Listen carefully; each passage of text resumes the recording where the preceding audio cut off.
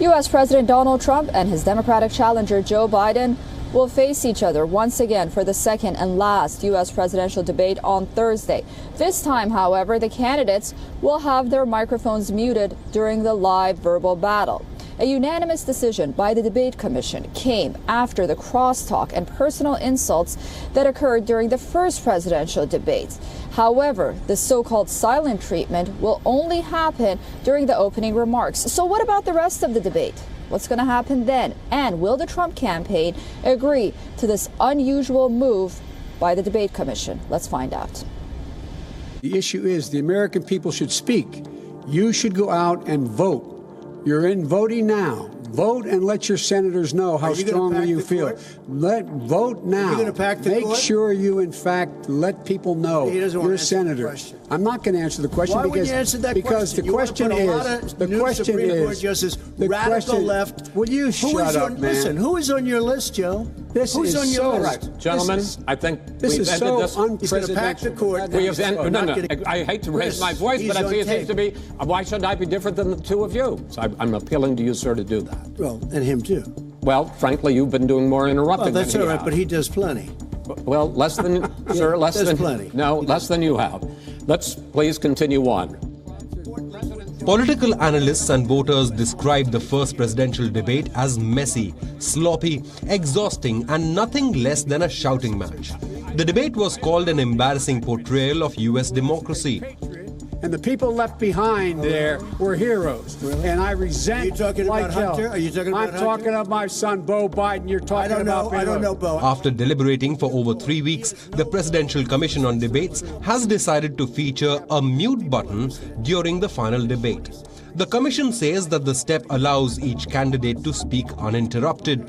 The mute button will not be used during open discussion. Trump campaign objected to the change but said that the president would still participate.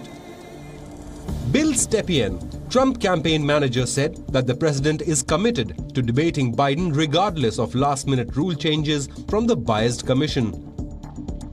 The final presidential debate will take place in Nashville, Tennessee. Kristen Walker of NBC News will be the moderator. The 90-minute presidential debate has been divided into 6 segments. Each candidate will get 2 minutes to speak without any interruption before an open debate.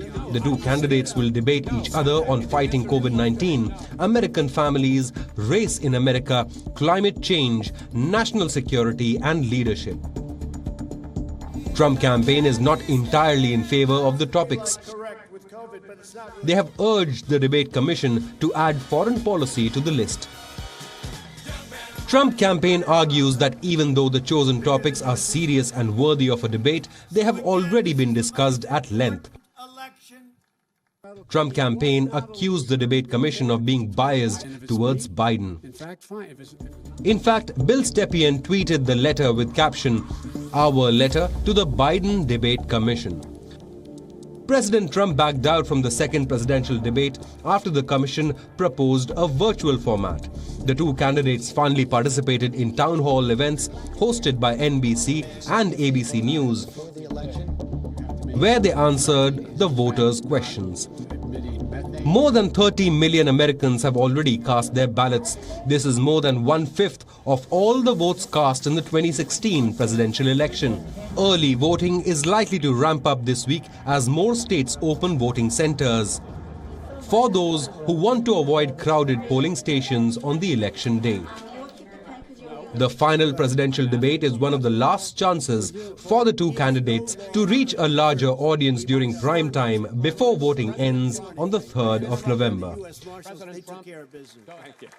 US Election Desk, WION World is One.